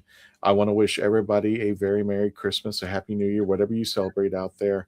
Thank you so much for at least helping us and believing in my crazy idea and letting these folks who have been so supportive into your homes or wherever you watch your favorite YouTube channels. And again, we have a wonderful team. I couldn't be more happier with these guys taking care of us, taking care of, just being a part of this and being there for just supporting him and just going on this crazy adventure with me. I totally appreciate that.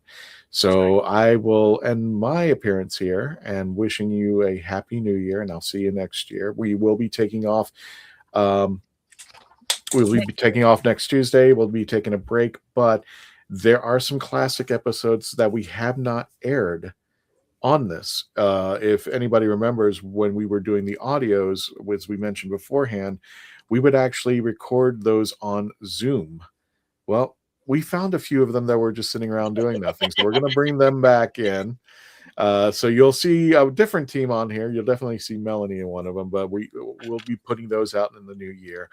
But as I leave for tonight, and these guys stick around, I know Dave, you have something going on, right? Exactly. Yeah, I want to open one last holiday mystery dice. Cool beans. In that case, folks, I'm just going to leave you one more video before Dave takes over. Thank you so much. Merry Christmas, Happy New Year, Happy Hanukkah, Happy Kwanzaa, whatever you celebrate. I just want to make sure you take care of yourselves, and we'll see you in the next year. Here's a little video from last week's episode. If you haven't checked it out, please check out Simon's episode as well. Wonderful Christmas tribute to him and all around. But here's just a preview of that little video. I'm Dan Hadley from Type 40. That's my wonky Christmas tree. I haven't got a glass, but I'm going to raise a mug anyway to everybody watching Legend of the Traveling TARDIS, and of course to the late, the great, our mate, Simon Fisher-Becker. Cheers. Hey guys, it's me, Joe McGrail-Bateup, and I'm from the No Name Trivia Show. And of course there's Simon Fisher-Becker right there. I really want to say that I congratulate you guys at the Legend of the Traveling TARDIS. You've been going so well, and getting so many viewers and subscribers on YouTube. That is incredible. Hello everybody, Richard Ashton, Friday the Ice Warrior here, remembering our lovely friend Simon Fisher-Becker, who I'm sure will take this opportunity to wish everybody a very Merry Christmas. And fare you well, lovely man.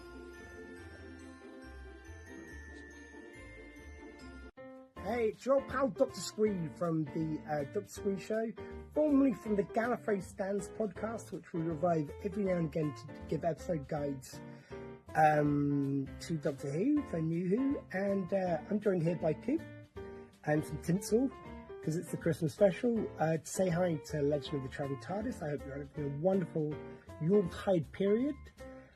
Hey everybody at the Legend of the Traveling TARDIS. Merry Christmas from me, Ross Mullen, the Silence, and the Teller, and Parsnip. Ah yes, she plays me every day for food. She's very good at it. And a very special Merry Christmas to Simon Fisher-Becker. We miss you all very much. Rest in peace, my friend. Have a wonderful Christmas, everyone. All the best, and see you in the new year. Hey, happy holidays, Merry Christmas from everybody here at Horses on Film and Happiness Patrol. To everybody on the Legend of the Traveling TARDIS, and of course to you, Simon. Merry Christmas. Merry Christmas. Merry Christmas. Hi, I'm Gene Turnbow. And I'm Susan Fox. And we're from Sci-Fi.radio. Simon, Merry Christmas. Merry Christmas to all. And to all, a good night.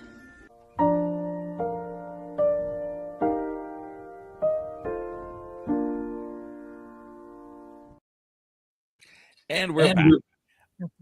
So we have a limited amount of time. We have a hard out here in a little under 20 minutes. But I want to do one more mystery dice. I think that's a fun thing we can do, don't you think? Mm-hmm. I'm trying to think of the color in there. So we're gonna do one more. I'm gonna save two of these for next year, or I might do a separate video for them. Can you roll D3? Okay. To choose which one you're going to open. Oh yeah. Let's grab. And then I can guess the color. The teddy bear set, and I'll roll a D6 because my big D6 is hidden behind my background. Yeah. 4 divided by 2 equals 2. 2. So we're gonna go 1, 2.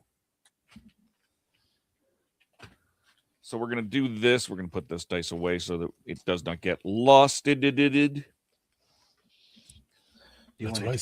What color do you guys think? I'm thinking either teal or yellow. I'm going to go like a pinkish white color. Any other guesses? I'm going to say, I'm just going to go sapphire. I don't know. Tom? Plum. Plum. Ooh. Ooh, Sugar plum. Purple. Sugar plum, yes. So Is the one camera more. making- Oop, go ahead.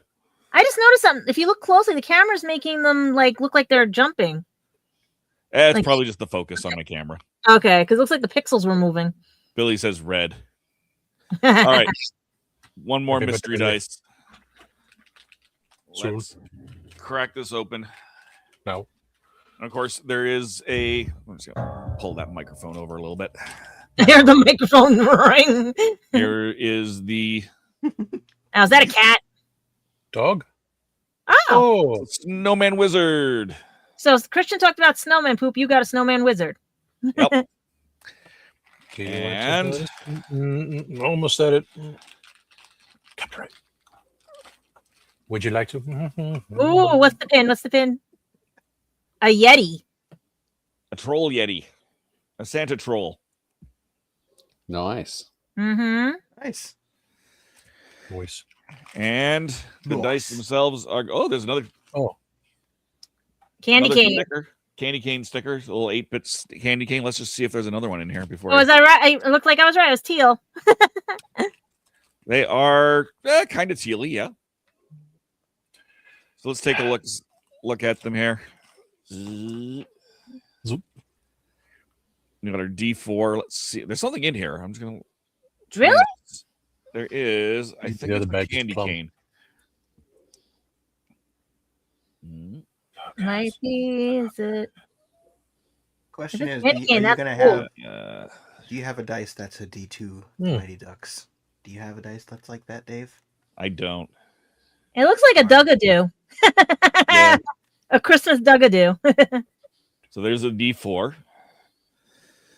And then let's see if we can get a good view. A D4 is the smallest possible, right? Because you can't make a shape that has less than 4, right? Oh yeah, you can. you The D2s tend to be a coin, basically. Oh well, yeah. I mean, if you're gonna make it like a, I don't know, it's not a polygon. Whatever the 3-dimensional version of I don't remember the name of it, but yeah. Looks like it's a bow. Technically, a coin has 3 sides, so should be technically a D3. Yeah. So there's a D6. I mean, it looks like it's got a Definitely a candy cane. candy in cane it. in there. Yeah. Does it taste like candy? I think you should lick a dice. Do like the doctor and lick it. Nope, does not in fact taste like candy. And the ratings went up. Oh my. I think that should be cool if someone invented like scented or lickable dice. I've people seen do candy candy dice. They do make them. I think that actually, I mean, no knocking it, but I think that sounds horrifying because whenever I went somewhere with those dice, I could never be sure that someone had not infected my dice. Yeah. That's a If they're not point edible. taken. D8. Yeah.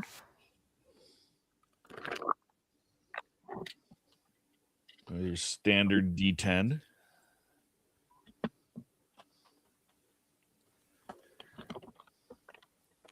Your percentile D10.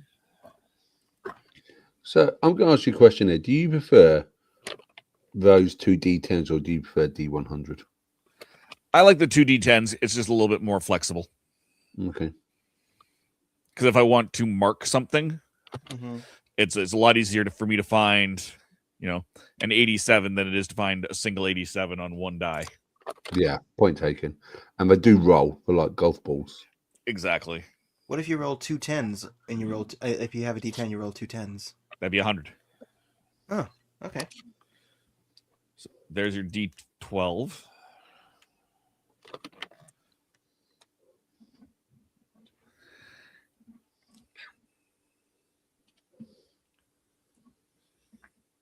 And that's of course, your D20. Your proper D20 as well, not a Yeah. counter one. Oh, Wait, did the candy cane move in there? No, Shouldn't. candy cane doesn't move. It's just the way that shimmers through the resin. Okay. Shimmer. So candy cane dice in a sort of Shimmer. teal resin. I hardly know it. We've got a sticker. We got another sticker. And a pin. We got a pin. That is the last mystery dice set of the year. Oh. But it was fun, I though. just want to thank. Yeah, I want to show you this. That's what you guys are talking about because I have the mold to make either resin or candy or ice. Nice. Yeah, they're on the back like that. I just want to do a quick shout out here. You can get those holiday mystery dice for free when you go to 1985games.com. It'll come back to that. You can get 30% off your purchase with the code Black Friday 30. Yes, they know it's not Black Friday anymore. Or the free holiday dice with mystery buy two dice and get one for free. All of the dice, and they have multiple mystery dice sets as well. So you at 1985 Games, check that out. They're on Instagram as well. Yeah, and I want to thank them very much for providing these dice to open up on the show over the course of the last few weeks. Yeah, it's all been good stuff. I think it's really neat. They do absolutely stunning work. So I just want to thank them for that. In the meantime, let's wrap this show up. Gadget, where can we find you? YouTube, Instagram, everywhere, anywhere. Lulu.com to pick up my books. And I'm working on, they sent me the prototype for the hardcover, but they forgot the author's name and everything. But I rechanged the cover, so it doesn't look like this, but we do have hardcover coming out. But now you have two versions of Copley and one of the kids' book right now on Lulu.com. Check out Instagram, Gadget Pendragon, my GoFundMe. Working on YouTube channel Gadget Pendragon After Dark because that's going to be for the proper shows like Legend of Traveling TARDIS and any vlog series that I do with like professionally wise. But my regular channel will have like the bloopers and other things and stuff. There we go. And Mark, where can we find you? Right, I'm going to try to get this right. Okay, because if you guys hear me on the Spill the Geek Tea, I always screw this up. So you can find me at Spill the Geek Tea. You can find me here at The Legend of a Traveling TARDIS. And you can also find me at my Instagram account, which is cyborg2100_cosplay. Yes, I did it. I didn't say Legend of a Spill the Geek Tea. Speaking of Legend of the Spill the Geek Tea, Tom, where can we find you, good friend? You can find me on the Tasty Cake. I forgot what I said before. Legend of Spill the Geek Tea. I forget what I said. It's on the other banner. And there, and there, and there. And everywhere. Not there. And of course, Sean, where can we find you? You can find me on YouTube at Our Philosophy Is. If you'd like to hear about sci-fi or honestly, I really should stop trying to theme it. It's usually anything and everything I want to post about. I don't follow the rules of having a themed channel, which is probably why my subs aren't super high, but that's okay. At Our Philosophy Is, I talk about any number of things in a queer-friendly space, so that's where I am, and possibly, potentially, another outlet soon. Possibly TBD. Gonna stick that right there, but for now, at Our Philosophy Is on YouTube. Thank you. Dun, dun, dun. Dun, dun, dun. And of course, for me, you can find me all over the YouTubes. You can find me Sundays on Spill the Geek Tea, along with Mark and Tom. Let's find those banners here. There we go. Spill the Geek Tea 1. You can find me every other Monday, including yesterday, on Horses on Film, where we talk about the top 100 Westerns of all time, according to IndieWire. So you can check. We had a wonderful, a heartwarming Christmas movie called The Proposition. Yesterday. So you can check that out, youtube.com/@horsesonfilm. First Thursday of every month. So you'll see us just before, I believe on New Year's Day, actually. Yes, New Year's Day. You can catch me on Happiness Patrol, youtube.com/@happinesspatrol show. And of course, Tuesdays here on The Legend of the Traveling TARDIS. And in between all of that, youtube.com/therathole DOTCA. That's therathole.ca, but YouTube does not like URLs in their URLs. That, ladies and gentlemen, boys and girls, Whovians of all ages, is the Legend of the Traveling TARDIS 2025. 100,000 subscribers. Thank every single one of you. We love hearing from you. And until then, let's end this. Say goodnight to Simon. Oh, I wish Simon could have been for this. You know what I mean? Maybe he was sending all those likes to us. Oh, definitely. I think he is. So we're gonna send that off and say goodnight to Simon in the chats. And for the rest of us, have a great remainder of your 2025. Take us away, Tony.